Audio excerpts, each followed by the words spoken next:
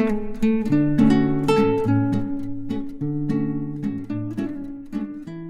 guys, good morning. So, kanina, pagka-out ko ng milking,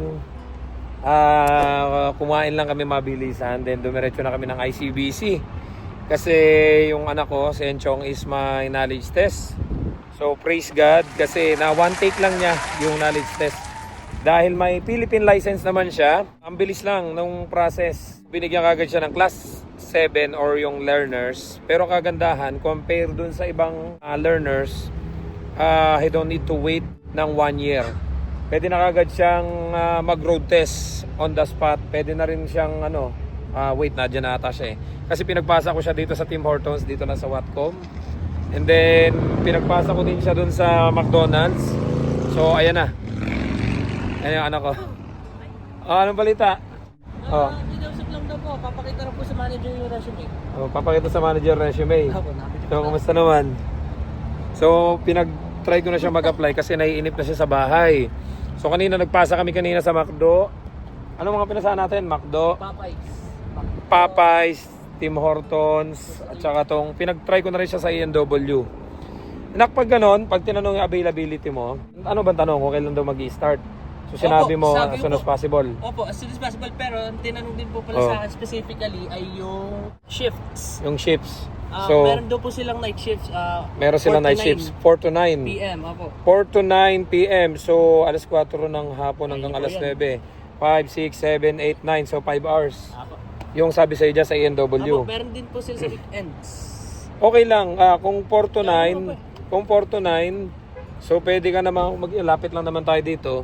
Pwede kitang kunan muna ng scooter or pwede kitang ihatid pag may time. Pag wala akong time naman, pwede ka namang mag-Uber or malapit lang naman to. Then, yung 9 PM, pwede kitang masundo nun kasi out na ako ng milking. Ayun, congrats nga pala sa Enchong, nakapasa na sa knowledge test. Asan yung L ni mo? Diyan na. Ayun, kinabit ko na nga yung L kanina. Ayun Kinabit ko na yung L kasi ang plano ko, tuturuan ko na kagad siyang mag-drive dito sa may US border. Yan kasi diretso lang yon. So nag-iikot-ikot lang kami. Then baka mamaya punta kami dito sa Castle Pan Park. Daw sila mag-go-kart. Yun. So sobrang busy ko guys, hindi ako makagawa ngayon ng vlog. Kaya sumingit lang ako ngayon. Kasi natutuwa ako sa kanya kanina. Sabi ko pumasok ka na diyan. Marami na siyang pinasahan ng mga resume. Dito kami ngayon sa Watcom Road, dito lang sa tabi ng Highway 1. So gusto ko sana siyang pasubukin diyang mag-apply diyan kasi malapit lang to sa amin eh. I think 5 minutes away, right?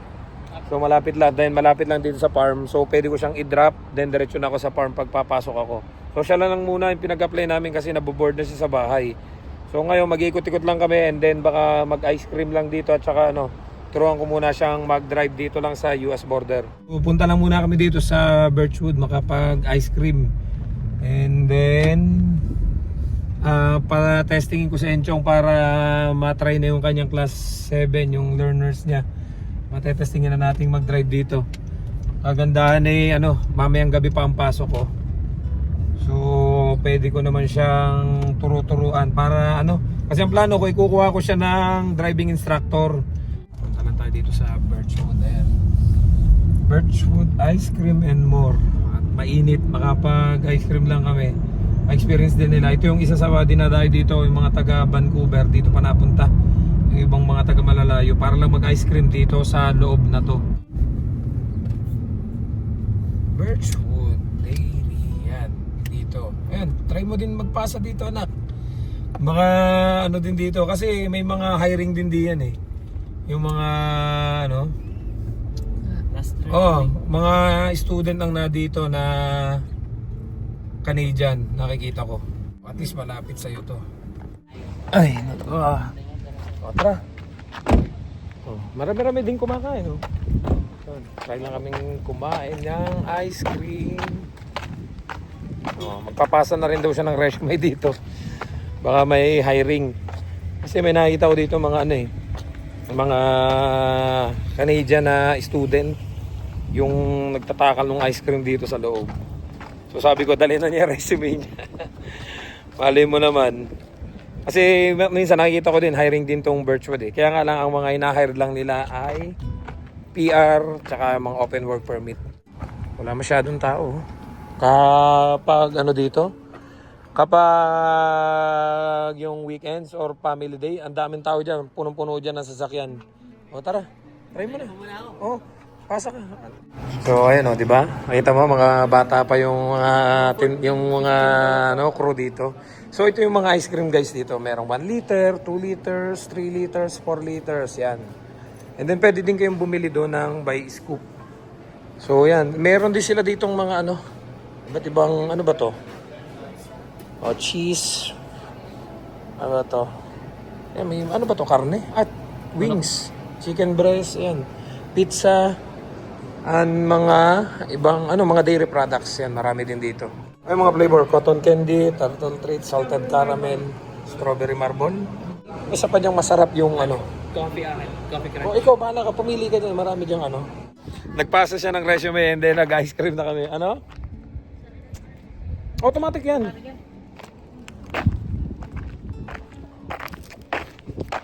Susi. Start. Sige. Okay. And then, Check mo muna yung left and right mo na mirror. Kung okay ba sa'yo, kita mo yung likod. Hindi po masyado visible para sa Ito yung adjustment ng Ito, check mo to. Ito sa left, ito sa right, and then ito yung center. Sa left, ayusin mo muna yung upuan mo. Komportable ka ba? Abot mo yung brake, abot mo yung gas, i-adjust mo pa front, i-adjust mo pa, Medyo baba ko ng konti. Ha? Medyo baba ko lang po. O di pihitin mo to ng konti. Pihitin mo ng konti. Ayan. Ito pihitin mo. Yan. Okay na, kita mo na yung road. Apo. Dapat itong corner na to, tatama yan dun sa handle. Itong corner na to, tatama yan dun sa handle. Kita po. Pati nga ako ng view. Yan. Masyadong mataas. Masyadong mataas pa ba? Baba mo. Right. Nice. Okay na. Apo. Nakaset na yun. Ngayon yung rear-view mirror mo, kita mo yung likod. Apo. Suot mo na yung Seatbelt. seatbelt. Yan. Suot yung seatbelt. And then naka-park ka, di ba? Apo. And then handbrake. Apo. Pakiramdam mo muna yung gas mo. Dahan. Makikita mo naman yun dyan. Yan Bilis agad. gas yun, di ba? Apo. Pakiramdaman mo na yung gas mo. Sige, piga-pigain mo ng konti. Mararamdaman mo kung yan. Ayun na tumataas, di ba? Apo. Tanda mo yung tinuro ko sa'yo? Apo. Ito, ano to? Placer. Sige, Placer. pag inap mo siya, Pa kanan. sige, try mo. Placer pagkakanan ka. Apo. Tapos, pagkakaliwa ka, yan. Apo. Okay. And then, ito, hindi mo naman Wiper, gagamitin. apo. Wiper kasi hindi na ulan. Unang down mo, yun yung wiper niya. Apo. So yun guys, napaset ko na sa kanya lahat. Okay na yung rear view mirror, side mirror, at saka yung upuan. Okay na yung height. So start na kami ngayon. Good luck. Galingan mo yung tinuro ko sa sa Pilipinas. Huwag mong kakalimutan na. Yan, may bago na akong driver. Class 7, pwede na kagad mag road test. Ayos na ayos yan. May kapalitan na ako, may tagahatid na ako. Yun ang kagandahan lang dito guys, kasi nga nasa farm kami. Ayan malawak. So may idea na naman siya kasi tinuruan ko na to sa Pilipinas. So na-apply na kagad niya dito. Good thing na one take niya yung knowledge test kanina. Punta namin sa ICBC. So dinikit ko na kagad dito yung L, yung learners, para maturuan ko na kagad siya. And then mamaya pupunta kami sa US border kasi dire-diretso lang yung daan na yon. Pwede na din siya doon mag-practice. Ito yung mga farm na sinasabi ko sa inyo, nadadaanan din namin, yung mga dairy farm yan. Yan, dairy farm din to, Nagkalat dito yung mga dairy farm. Dito ko siya tinuturuan para kahit pa paano maluwag-luwag yung kalsada. Yan guys, malaki din tong dairy farm na to na nadaanan namin. Marami nga dito dairy farm na pwede kayong pag-applyan to. Ito, Arensdale Dairy. Actually, marami pa kami nadaanan kanina na mga farm. Ito guys, mga dairy farm din to. Keep going lang Ayan mga sinaunang barn. Ayan. Yung new driver natin. Magaling na yan. Hirap lang po lamig ko. Okay lang yan. Ulit-ulitin natin yan. Iikutin natin yan ulit pabalik doon hanggang sa ano. Yan o, daming ano, pumpkin o, dami. Marami-raming ikot na yung nagawa namin dito. Puro turn right muna yung tinuro ko sa kanya. Next time na lang yung turn left. Medyo alanganin pa. Kasi pagdating sa turn right, napapa full brake siya. O yan. Stop. So anong gagawin mo? Pag stop na? 1,002. 1,003. Okay. Right. Next time na lang kami babalik. Ayun guys, daming baka doon. Oh, no? Mga dairy farm din yun. Oh. Yun. Napakaraming dairy farm dito. Dikit-dikit. Dami na namin nadaanan kanina pa. Basta always check yung mga signage bago ka, no? Then yung speed mo, i-match mo kung ano yung nakalagay diyan. Meron kanina 70, merong 80. So yan, okay lang yan. Yung speed mo. Then yung may stop sign, full stop. Ito wala namang stop sign, okay na yan. Mag-minor ka na lang. Yan. So anong gagawin dyan? Check mo nga. Minor na kagad. Then Sige.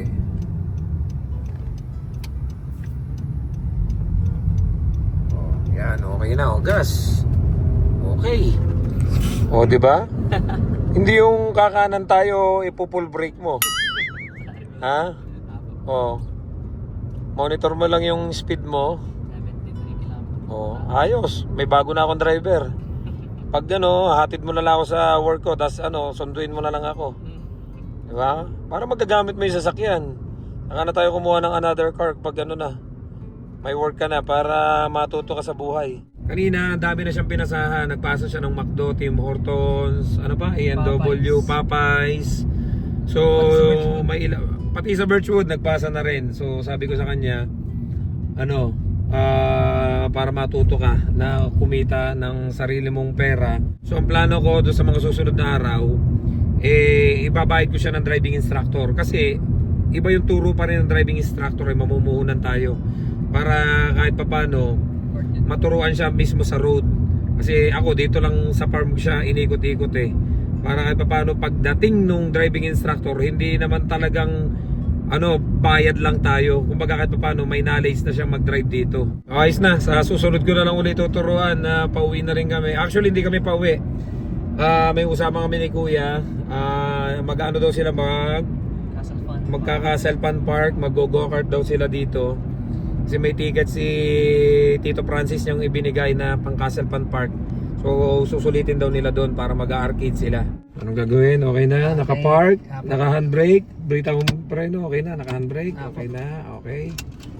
Okay na? Okay. Move your seatbelt. Palit na tayo. At ka, doon ka na umihi. Tatawagan ko si Tito Jan mo at kita na kayo ni Rich. Yan. So dito ko na lang, pinasok ko na lang muna namin dito para dito na kami nagpalit. At tatawag ako si Kuya Jan at palit na kayo. Diyan ka na muna, okay na yan. Diyan ka na. Yes.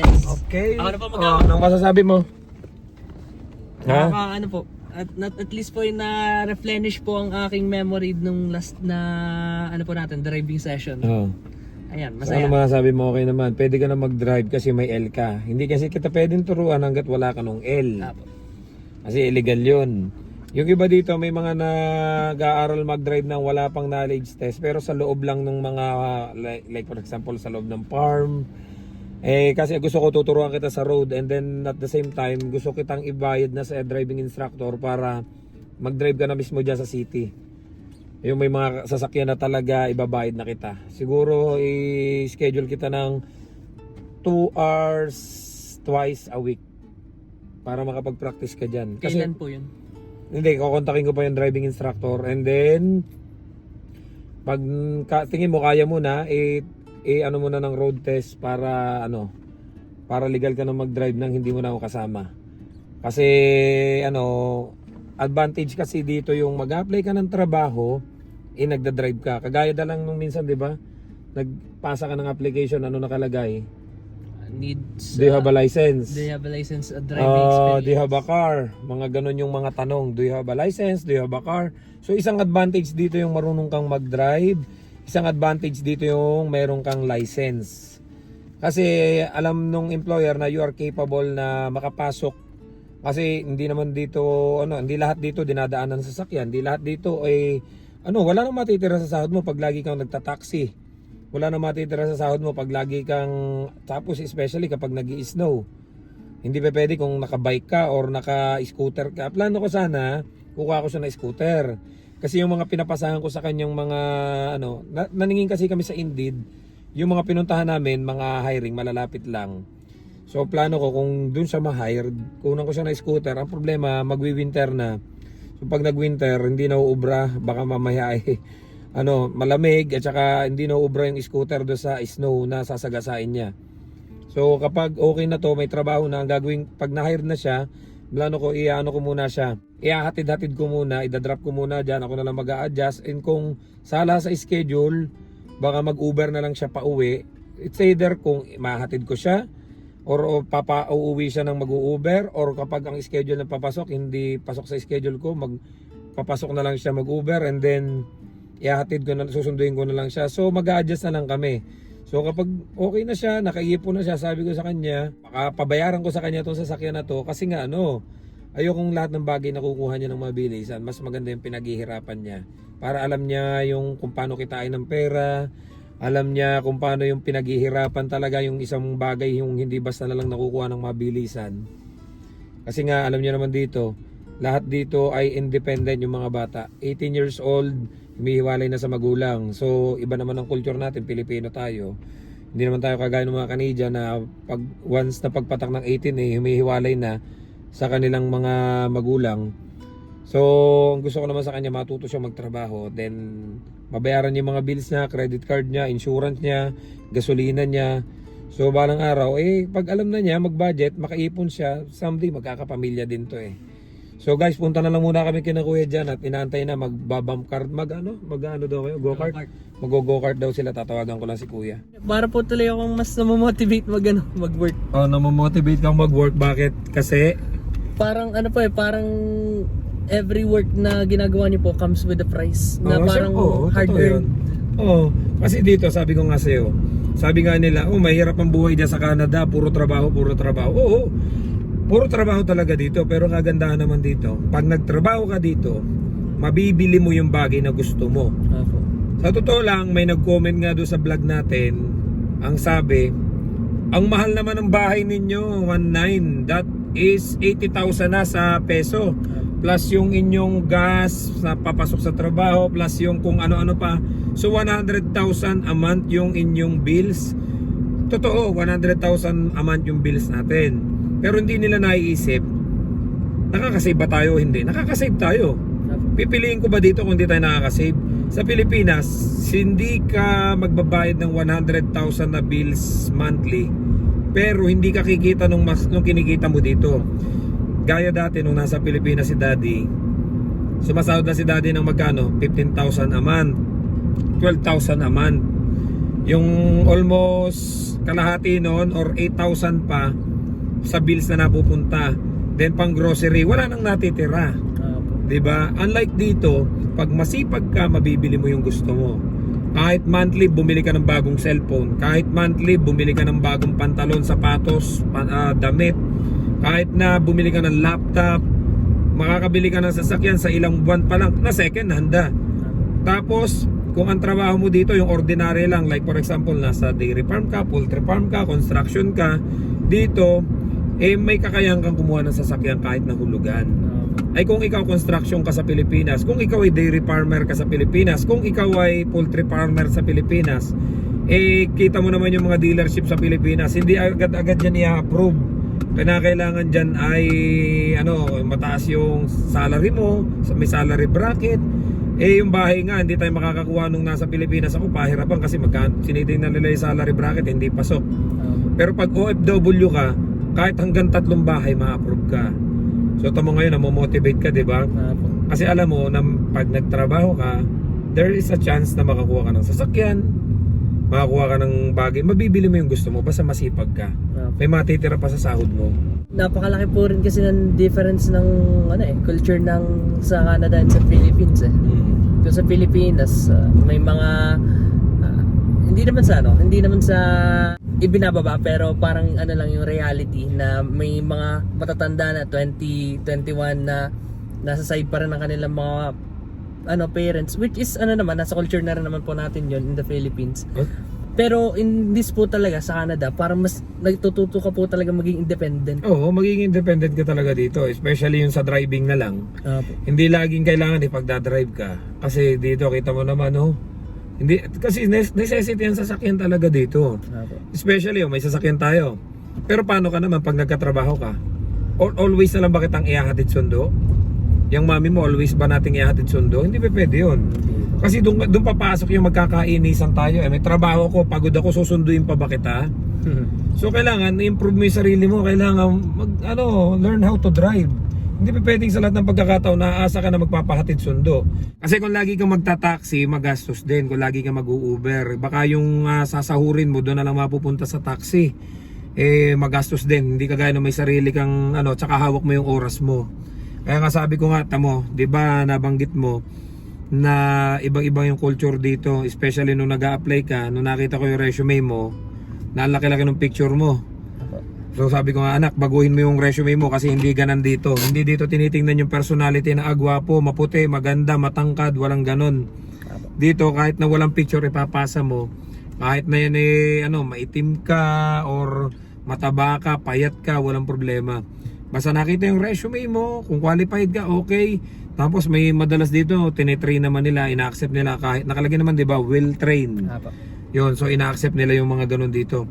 Hindi ka guys sa Pilipinas, bachelor degree ka na, ang daming qualification na hinahanap, with pleasing personality pa, ang haba ng taon na nag-aral ka. Ang dami pang requirements na ang daming requirements. And then pagdating doon, bagger, cashier, 'di ba? Kung titingnan mo minsan ang laki nung nagastos ng magulang pagpapaaral, tapos yung ipapasahod nila maliit. Hindi naman sa at ako'y pinagtrabahuhan ko naman ng Pilipinas, talagang kaya lang talaga nangyayari parang doon ako nung nakaranas ng paycheck to paycheck, yung sinasahod ko pambayad lang talaga, wala natitira, makakagawa ka man lang konting makakakuha pa nga ako hulugang cellphone. Dito talaga makakasave ka. Oo, malaki yung mga bills natin, pero kahit paano naman, malaki rin po yun sa sahod. Marami din kasi nagsasabi sa akin na lumipat ka ng ibang province. Hindi, masaya ako dito. Tsaka namamanage ko na dito yung finances ko. Nakakasave naman ako dito. Tsaka yung sinasabi nilang malaki yung binabayaran natin sa renta. Pag tatlo na tayo nagtatrabaho, may usapan na tayo kung paano natin babayaran yan, kung paano tayo magsisave. Kasi alam niyo naman, may plano tayo na someday, if ever mapaayos tayo dito, makakuha tayo ng bahay para hindi na tayo nagre-renta. Kasi alam niyo naman dito na ang bahay kahit papano tumataas ang value. Kagaya ng ibang mga kilala ko dyan na nabili yung bahay ng 500, 600, ngayon milyon na. So pag-aaralan natin, tsaka may mga nag-guide naman sa atin, si Tito Jan mo, si Ate Kay, si Tita Kay mo. May mga nag-guide sa atin ng mga taong mabubuti tsaka maayos. Kaya kahit papano, natuturuan tayo kung ano yung dapat natin gawin. Si Ate Anding mo, si Ate Andrea mo, tinuturuan naman niya. Sabi nga niya, pag nakaipon na tayo, siya yung magiging realtor natin. I-guide niya tayo yung kung paano tayo makakakuha ng bahay dito. So for the meantime, sabi nga nung iba, yung pagre-renta is paghahanda. Paghahanda yun. Hindi porket nagre-renta ka, instead na kumuha ng bahay, paghahanda yun. Para makapag-ipon tayo, mabudget natin, anong uunahin. Hindi natin uunahin ng sasakyan. Okay na muna itong second hand na to. Kung halimbawa tayo may trabaho na at kinakailangan mo ng isa pang sasakyan, siguro kumuha tayo ng isa pang malaki-laki SUV na ikakash na lang natin. Ayoko muna mag-financing. Mahalaga lang may dalawa tayong sasakyan. Kasi pag ito, nagkaroon ng problema, may pasok ako, may backup po tayo. May backup tayong isa pang sasakyan. 'Di ba? So, hindi natin masasabi. Kaya hopefully mag-pray ka na matanggap ka doon sa lahat ng pinasahan mo, and then mamaya pag-uwi magche-check ulit tayo sa Indeed ng mga possible na pwede mong pasahan para yung malalapit lang muna para mahatid sundo kita at pasok sa schedule mo, ha? Oh, ayan na sina Kuya. Kuya Jan, Erich, hi. Oh. May driver ka na, Erich? Congrats, Cham. Galing naman. Ay, paano? Ay, thank you. Ay, naku, dinala pa. Oh, suotin mo muna. Then, lalako ka lang niya. Susuting ka, sabi. Hindi okay. Hindi ko naman inaano. Sabi ko, nadun lang sa sasakyan ni Kuya. Di na mawawala yun. Oh, magka-combination pa kayo ng ano. Why did you copy me? Why did you copy? Nag-school din kasi siya kanina. Nag-school siya kanina. Katuwa naman. Ha? Oh, sige. Enjoy lang kayo. Hindi, kayo lang.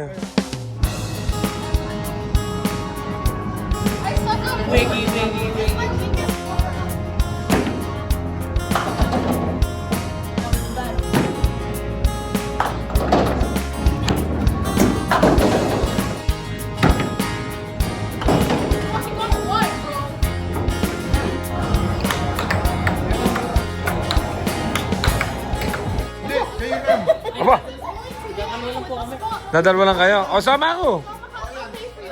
Oh, sama ako para tatlo tayo. Oh, sama ka. Oh, videoan mo na lang kami. Videoan mo kami. Oh. So, kakauwi lang namin guys, medyo pagod na rin at magpapahinga na kasi alam niyo naman na maghapon na nga kaming nasa labas. Umagang-umaga pa lang, nag-knowledge test si Enchong para sa kanyang license. And then tinuruan ko na rin, pina-experience ko makapag-drive dito para kahit paano may idea siya. Kasi malayo nga ang driving dito sa Pilipinas, malayong malayo. And then after that, nag-arcade naman yung mga bata, so sinamahan lang namin. Then nag-uwian na rin kami, kumain lang kami sa labas kanina ni na Kuya. Then ngayon, nagsalang lang ako ng konting labahin.